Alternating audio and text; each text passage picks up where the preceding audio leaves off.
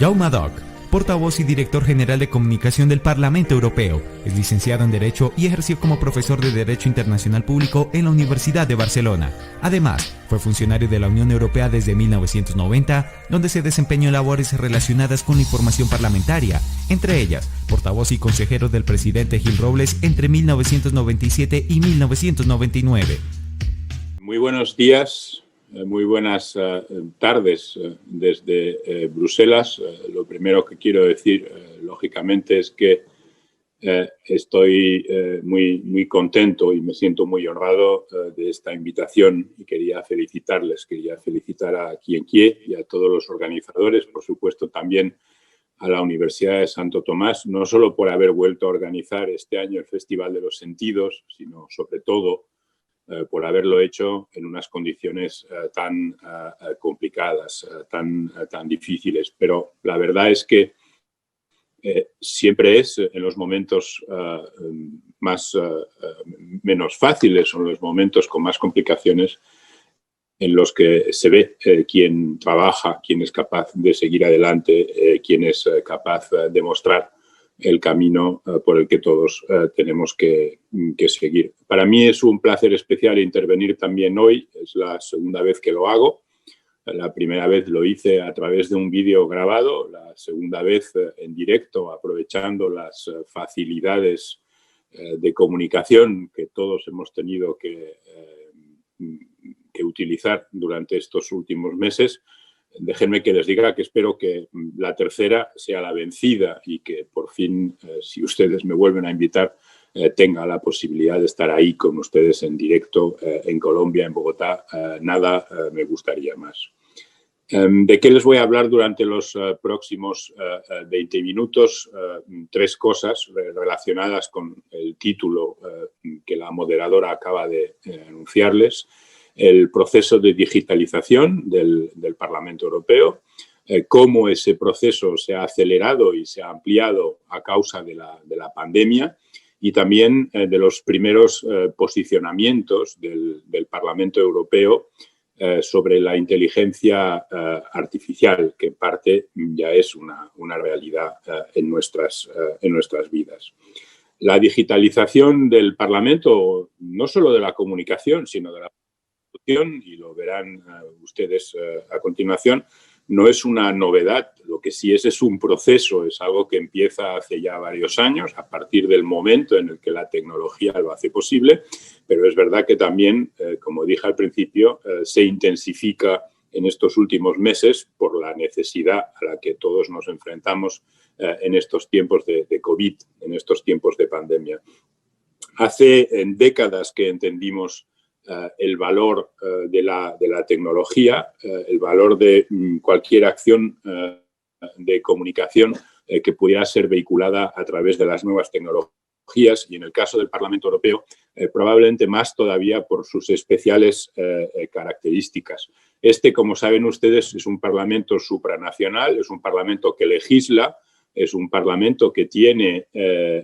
muchos poderes, que tiene influencia, que tiene competencias, pero que tiene también dificultades estructurales, lógicamente, porque no es un Parlamento nacional, es un Parlamento que representa a 440 millones de ciudadanos, de los cuales 200 millones participaron en las últimas elecciones europeas hace un año y medio. Es un Parlamento en el que se trabaja en 24 idiomas y es un Parlamento que, al final, se quiera o no se quiera, no deja de ser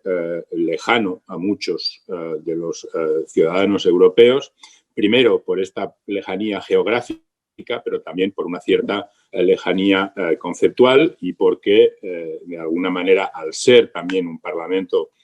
con poca historia, una historia de unas pocas decenas de años, es todavía un Parlamento no suficientemente conocido. Por lo tanto, desde el principio nosotros tuvimos la obligación de utilizar todos los medios a nuestro alcance, no ya para informar a los medios de comunicación o a los propios ciudadanos, sino sobre todo para comunicar y en el momento en que se pudo para convertir esa comunicación en un proceso de ida y vuelta, no solo una comunicación unilateral, sino una comunicación interactiva con aquellos ciudadanos de la Unión Europea, obviamente no todos, que tuvieran interés en establecer esta comunicación. Nosotros no solo tenemos que informar, también tenemos que concienciar. ¿Por qué? Somos la única institución europea que es elegida por sufragio universal, que es votada por los ciudadanos europeos. Y por lo tanto somos también la institución que tiene la obligación de defender los principios, los valores democráticos, incluido el de la propia participación ciudadana en la toma de decisiones. Es decir, que, insisto, no se trata solo de informar o de comunicar, se trata también, y creo que eso es muy importante, de concienciar a la gente sobre la importancia no ya del Parlamento, sino sobre la importancia de que exista una institución europea que representa directamente a la ciudadanía, que es votada por la ciudadanía y que está aquí para proteger los fundamentos democráticos y los valores y derechos de la Unión Europea y de los ciudadanos que la integran. Por lo tanto, la comunicación del Parlamento Europeo tiene que tener lugar en los foros en los que se encuentran los ciudadanos, los foros que utilizan los ciudadanos. Y creo que eso es muy importante y es un principio de comunicación no ya solo digital, sino un principio de comunicación en general. No se trata de que intentemos atraer a la ciudadanía a los lugares, a las plataformas que nosotros establecemos para hacer posible, para facilitar esa comunicación, sino que lo que tenemos que hacer fundamentalmente es ser capaces de ir allí donde los ciudadanos están, a aquellas plataformas, a aquellos lugares, a aquellos foros en los que podemos estar más fácilmente en contacto con ellos. Como les decía, la tecnologización y la digitalización del Parlamento Europeo no han empezado este último año, vienen de atrás y quizás voy a utilizar los próximos 2 o 3 minutos para hacer un repaso de los elementos más importantes de esa digitalización. Insistiendo en lo que decía al principio, somos un Parlamento que tiene la obligación de estar en contacto con la gente, pero que tiene sobre todo la necesidad de establecer ese contacto con la gente. Es un Parlamento que tiene que tener muchas puertas, pero sobre todo lo que tiene que tener son ventanas. Y esas ventanas hoy en día, gracias a Dios, pueden ser también y sobre todo ventanas digitales. Estamos hablando del streaming o del web streaming. Cualquier actividad pública del Parlamento Europeo puede ser seguida en directo por quien quiera, no solo en el idioma en el que las personas que participan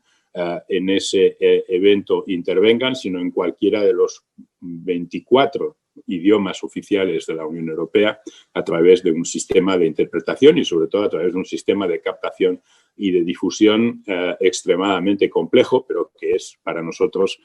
una obligación de servicio. Lo mismo con las sesiones plenarias, con las comisiones parlamentarias, con las ruedas de prensa, con las declaraciones del presidente, con cualquier tipo de evento institucional oficial que tenga lugar entre los muros de nuestra institución. En su momento, una de las primeras cosas que hicimos, como todo el mundo, fue abrir una website que en su día servía de punto de encuentro también con la ciudadanía y que ahora ha evolucionado y es más bien, en el fondo, el lugar en el que se coloca, en el que se ordena, en el que se ofrece la información, pero no necesariamente el lugar en el que los ciudadanos entran en contacto con esa información o consumen esa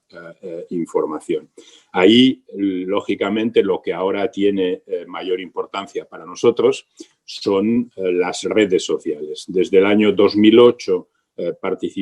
estamos presentes en la mayor parte de redes sociales existentes, al menos aquellas que son más utilizadas en la propia Unión Europea, empezando por Facebook, donde tenemos más de 3,5 millones de seguidores, lo que nos coloca, y estamos muy orgullosos de ello, como la tercera institución en el mundo en número de seguidores detrás de la Casa Blanca y detrás de UNICEF, que como todos ustedes saben, además de ser un organismo institucional, es también una inmensa y una fantástica ONG. Pero estamos también en otras muchas redes, en cada una de ellas intentando adaptarnos a los modos, a los mecanismos, al tipo de lenguaje, pero sobre todo al tipo de gente, al tipo de consumidores, al tipo de ciudadanos que utilizan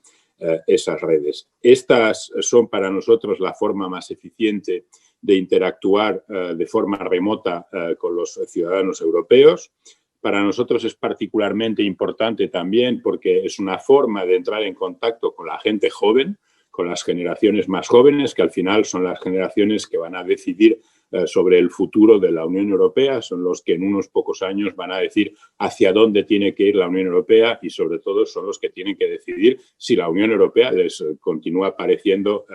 útil y por lo tanto hay que seguir desarrollándola y consolidándola o no. Insisto en que aquí, en el tema de las redes sociales, lo que hay que hacer es no solo estar al día en cuanto a la tecnología o a la utilización de la misma, sino también, y muy importante, saber entender quiénes son las personas, quiénes son los utilizadores, quién está detrás en esas redes, a quién nos dirigimos y de qué manera debemos hacerlo. Sabiendo que el uso inteligente de estas redes nos permite llegar a grupos muy específicos, pero sobre todo nos permite llegar a muchísima más gente de la que podríamos hacerlo de otra manera. El rector de la universidad acaba de comentar que en esta ocasión seguramente estamos asistiendo a estas jornadas, a este festival, mucha más gente de la que cabe en la sala. Eso también es muy importante para nosotros, saber que a través de las redes podemos multiplicar exponencialmente el número de personas que contactan con nosotros. Pero no se trata solo de escribir y publicar, tiene que haber herramientas poderosas en lo que podríamos describir como la sala de máquinas de nuestros equipos de redes sociales, utilizando herramientas tecnológicas que nos permitan conocer a la audiencia, utilizando datos. Nuestro enfoque tiene que basarse siempre en datos, qué interesa a la gente, a qué tipo de gente nos estamos dirigiendo, cuáles son los temas que priorizan, en qué países se encuentran, qué lenguas utilizan, qué nivel de lenguaje necesitamos utilizar para contactar con ellos. Tenemos que recopilar esos datos, tenemos que evaluar la satisfacción de nuestros interlocutores, tenemos que saber siempre si lo que estamos haciendo tiene sentido, si lo que estamos haciendo es bien aceptado, es útil o no. Y tenemos que monitorear, palabra horrible o verbo horrible en castellano, monitorear la cobertura de los medios y la participación en las redes sociales. Y último elemento de esta sala de máquinas, tenemos que ser capaces de obtener también un sistema de indicadores clave de rendimiento para saber si lo que estamos haciendo es eficaz y si no llega el momento, y en redes sociales y en tecnologías sociales siempre llega, en el que hay que tomar nuevas decisiones estratégicas. Pero todo esto pasó ya antes del COVID o antes de que el virus se invitase a nuestras vidas y desde entonces han pasado muchas cosas. Y la primera de ellas es que el Parlamento, como tantas otras instituciones, como todos nosotros, se tuvo que adaptar a una realidad inesperada, a una situación para la que en realidad nadie estaba suficientemente preparado y quien lo diga que lo estaba seguramente está exagerando. Para nosotros era muy importante adaptar nuestra institución, no ya la comunicación, sino el propio funcionamiento de la institución a una situación en la que la mayor parte, la casi totalidad de los diputados, miembros del Parlamento Europeo, tenían que permanecer confinados en sus casas, en sus diferentes países, en los diferentes Estados miembros, con un Parlamento trabajando en el régimen de teletrabajo para la mayor parte de sus funcionarios, bien insisto, para los propios diputados. El presidente del Parlamento Europeo, David Sassoli, dijo una frase que desde entonces se ha convertido en nuestro lema durante estos últimos meses, y es que a la democracia no la puede detener un virus. Y dicho de otra manera, en los momentos de crisis, en los momentos como el que estamos viviendo, la democracia tiene que ser todavía más fuerte y las instituciones que la defienden o las instituciones que la hacen viva, en este caso, claro que sí, el Parlamento Europeo, es más necesario que nunca y, por lo tanto, tiene que seguir pudiendo funcionar y ejercer su labor. Además, también, porque esa labor tiene mucho que ver, está teniendo mucho que ver estos últimos meses con el papel que la Unión Europea juega para aliviar el sufrimiento, para aliviar la situación de millones y millones de ciudadanos europeos que están viviendo en primera persona la tragedia de la pandemia y otros muchos millones que en este momento empiezan a sufrir las consecuencias de la crisis económica, de la crisis social que produce esta situación. Como ustedes seguramente saben, pero no me voy a alargar en este tema, la Unión Europea ha puesto en marcha una serie de programas y de proyectos para ayudar a los Estados miembros a hacer frente a todas las consecuencias de la COVID-19, desde las consecuencias sanitarias hasta las consecuencias económicas y sociales. Y al iniciarse la pandemia, la primera obligación que tuvo el Parlamento Europeo, que tuvimos nosotros, los servicios de comunicación del Parlamento Europeo, fue ser capaces de explicar a la ciudadanía qué es lo que la Unión Europea estaba haciendo para ayudarles a luchar contra la pandemia, complementado con una serie de mensajes cívicos en un momento en el que esos mensajes eran seguramente más importantes que ahora, sobre cómo hacer frente a la pandemia, cómo protegerse, cómo proteger a las demás personas y cómo, digamos, tener en cuenta las obligaciones individuales y sociales dictadas por las diferentes administraciones a nivel nacional y también a nivel europeo. Tuvimos además que establecer una comunicación de crisis que supuso interrumpir en parte la actividad que estaba programada y reemplazarla por esta obligación de comunicación directa con la ciudadanía sobre el impacto de la crisis, sobre cómo hacer frente a esa crisis desde el punto de vista individual y colectivo y sobre cómo la Unión Europea iba a ayudar o estaba empezando a ayudar a los Estados miembros a hacer frente a la pandemia. Al mismo tiempo, hicimos algo para lo que estábamos preparados a medias, que fue digitalizar una serie de actividades de la institución. Empezamos por digitalizar los propios plenos, las sesiones plenarias del Parlamento Europeo. Todavía hoy, y lamentablemente seguramente durante unos cuantos meses más, los diputados del Parlamento Europeo tienen derecho a seguir las sesiones plenarias desde sus casas, a votar desde sus casas y también a intervenir en los debates, en ese caso no desde su casa, pero sí desde las oficinas que el Parlamento Europeo tiene en cada una de las capitales de los 27 países que componen la Unión Europea. Los diputados tienen además la posibilidad de intervenir en sus comisiones parlamentarias, en sus grupos de trabajo, en sus grupos parlamentarios, también desde sus casas, votar y, por lo tanto, realizar pues, las labores más importantes que tienen que desempeñar como diputadas o como diputados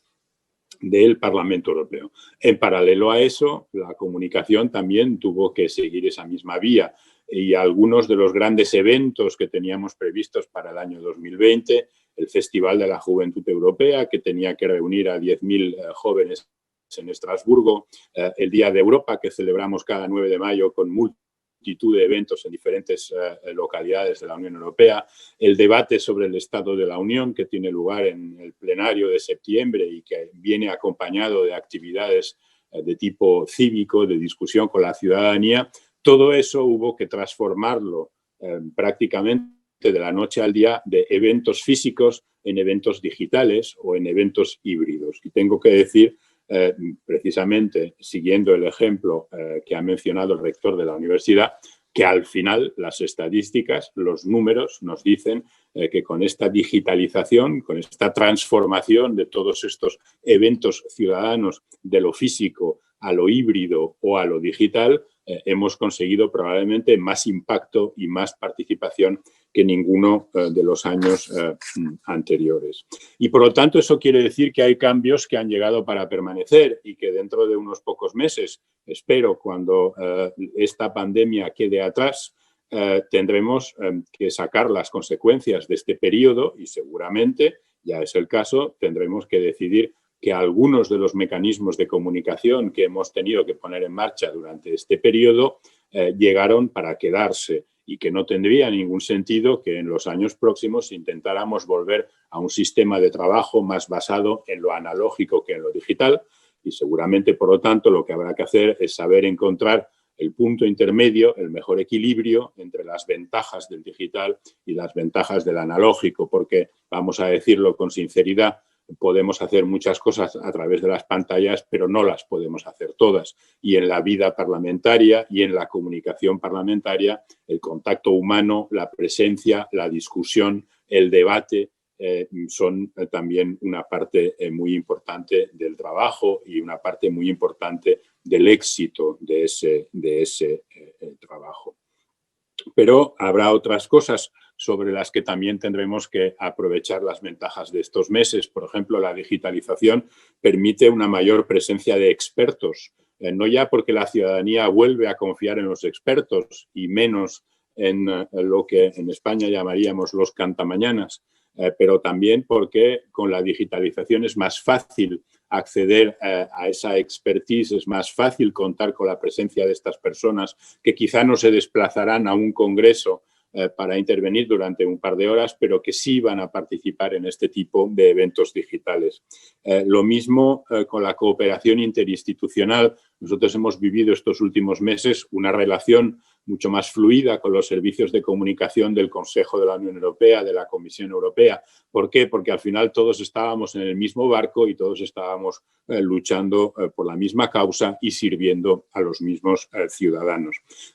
Tenemos que aprender también de estos meses en los que hemos hecho una comunicación mucho más emocional, mucho más empática, teniendo en cuenta el estado, digamos, mental de la gente, las emociones que la gente ha tenido que vivir o ha tenido que atravesar durante estos últimos meses. Una comunicación más descentralizada, ya habíamos empezado con ello y tenemos que seguir. No es lo mismo dirigirse a un ciudadano del norte, del sur, del este o del oeste del territorio europeo. Cada uno vive realidades diferentes, cada uno tiene prioridades diferentes. A veces las grandes prioridades son comunes, pero otras no, y tenemos que tenerlo en cuenta. Y por último, tenemos que seguir siendo conscientes del reto de la desinformación. Con la llegada del virus han llegado otros virus y uno de ellos es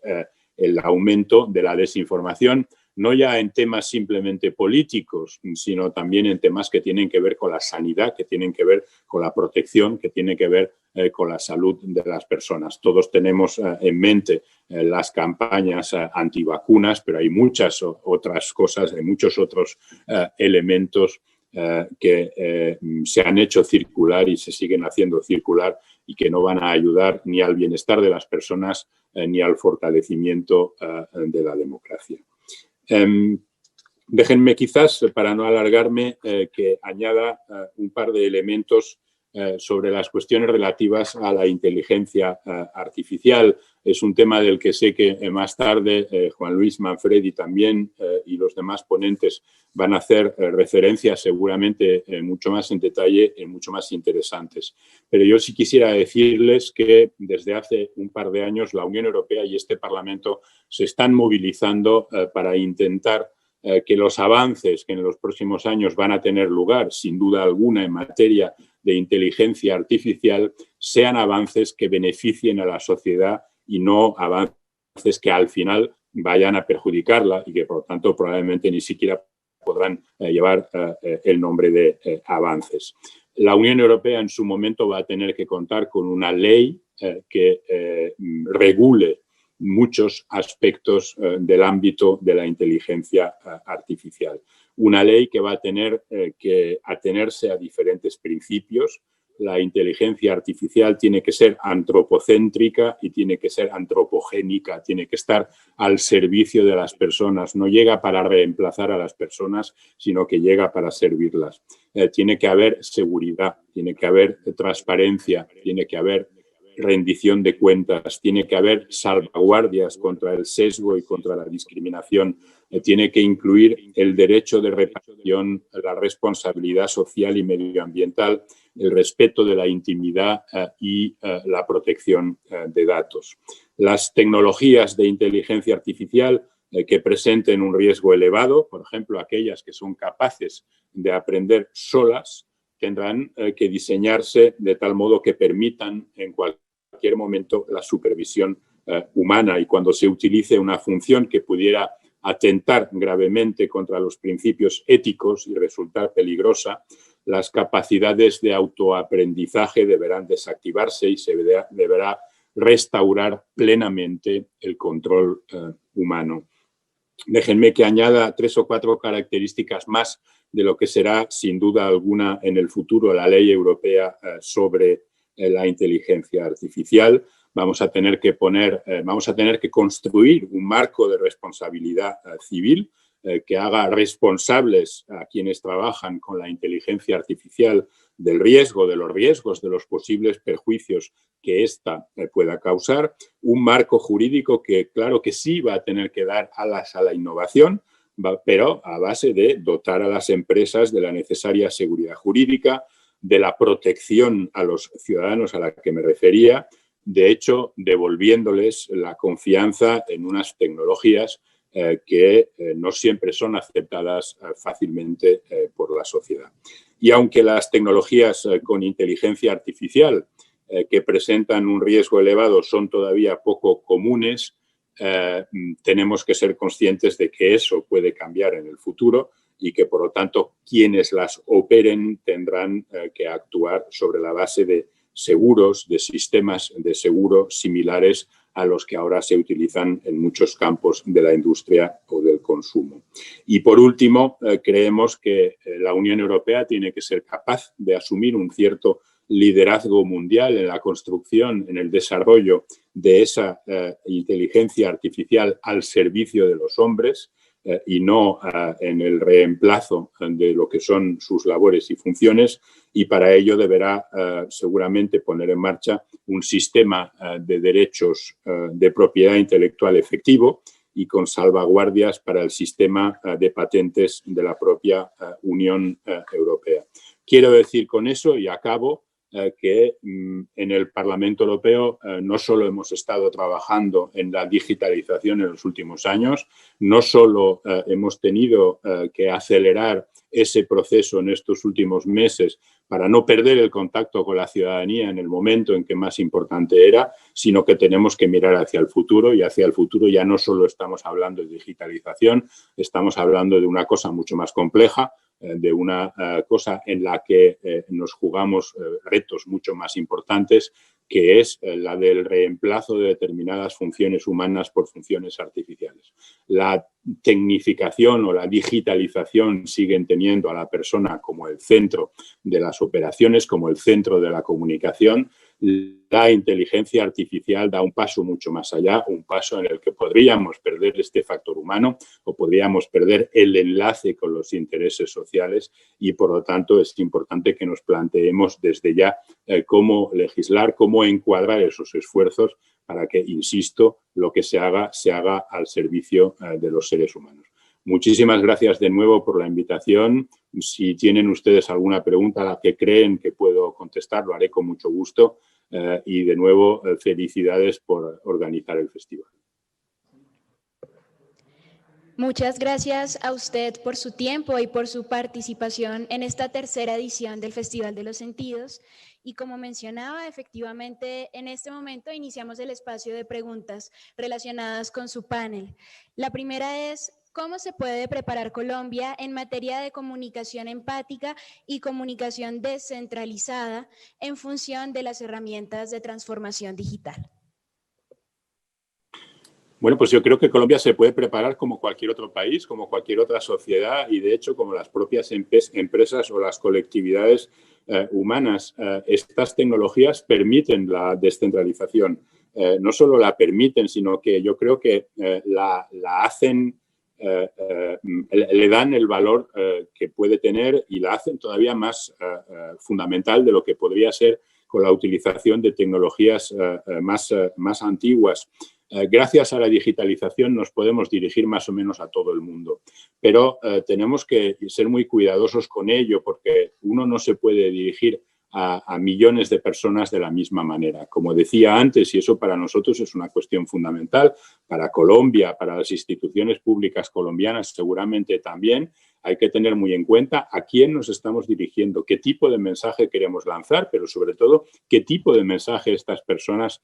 esperan o qué tipo de mensaje estas personas aceptan y en qué nivel de lenguaje, no ya de lengua, sino también de lenguaje, estas personas quieren recibir esa comunicación. Y eso solo se puede hacer correctamente de manera descentralizada porque la sociedad es muy plural, porque la sociedad es muy compleja y porque en países tan grandes como Colombia, que es prácticamente un subcontinente, imagino que también los intereses, las prioridades, las necesidades no son las mismas y, por lo tanto, las políticas de comunicación públicas, como la que hace el Parlamento Europeo aquí, pero como la que pueden hacer las instituciones gubernamentales y parlamentarias en Colombia, se tiene que adaptar también a esa situación compleja, rica y plural. Pero sí que hay una cosa que yo creo que tiene que ser común a todas estas acciones de comunicación y es lo que usted mismo ha definido como empatía. Yo le hablaba del elemento emocional de nuestra comunicación en estos últimos meses. Podría haber utilizado también la palabra empatía. ¿Por qué? Porque en los momentos de crisis es cuando más atención tenemos que dar a lo que a la ciudadanía está realmente esperando de nosotros. Y si lo que queremos es canalizar mensajes en los que les estamos pidiendo que hagan cosas que probablemente no tenían ganas de hacer, que acepten confinamientos, que acepten limitaciones, que dejen de ver a parte de sus familias, que ayuden a combatir las consecuencias negativas, económicas, sociales, incluso las consecuencias emocionales de algo tan serio, tan grave como una pandemia que nos cuesta millones y millones de muertos. Eso hay que saber hacerlo bien, hay que saber lo que hacer empáticamente, hay que saber buscar o tocar las teclas que permiten que la gente muestre su mejor lado, que es el lado de la solidaridad. La siguiente pregunta de nuestra audiencia que se conecta hoy a través de redes sociales está orientada hacia un tema regulativo, si se quiere, y es ¿qué consejos le daría Colombia en materia legislativa frente a los riesgos de las nuevas tecnologías en el periodismo y en las comunicaciones? Bueno, a mí me cuesta mucho dar consejos y sobre todo me cuesta dar consejos pensando que se puede transponer de manera casi automática lo que se está haciendo en un sitio para hacerlo en otro. Yo creo que ustedes tienen decenas de legisladores más capacitados que yo para saber qué es lo que Colombia tiene que hacer o qué es lo que Colombia necesita exactamente para proteger su democracia. Y digo proteger su democracia porque cuando hablamos de tecnología, cuando hablamos de derecho a la información, cuando hablamos de derecho a informar, cuando hablamos de gestionar las capacidades de información públicas y privadas, estamos hablando de democracia, estamos hablando de reforzar o de debilitar la democracia. Y, por lo tanto, ese es el principio fundamental que cualquier gobierno y que cualquier parlamento en cualquier país, claro que sí, por supuesto, también en Colombia, tiene que defender. Después, ¿cómo se haga eso desde el punto de vista concreto de la legislación? Pues dependerá fundamentalmente de cuál sea la situación actual, de cuál sea la regulación o de cuál sea el marco reglamentario que en este momento ustedes tienen. Yo no lo conozco y por lo tanto no me puedo pronunciar al respecto, pero sí insisto a sabiendas de que aquí lo fundamental es que las tecnologías puedan ser utilizadas para facilitar el trabajo de los medios de comunicación, no para impedirlo y sobre todo para facilitar que ese trabajo se haga en el pleno respeto de la libertad de información, de la libertad de prensa, de la libertad de crítica y de la libertad de difusión del conocimiento.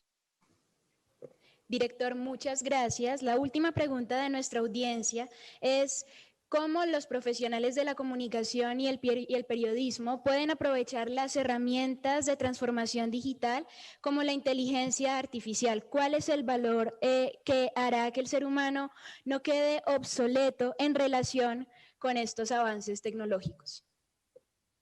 Bueno, es una pregunta que en el fondo esconde varias, ¿verdad? Yo creo que, en primer lugar, todos tenemos claro que las tecnologías de la comunicación, la digitalización de la comunicación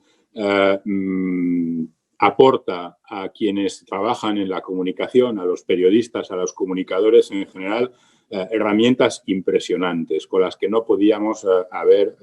contado antes y que ni siquiera habíamos podido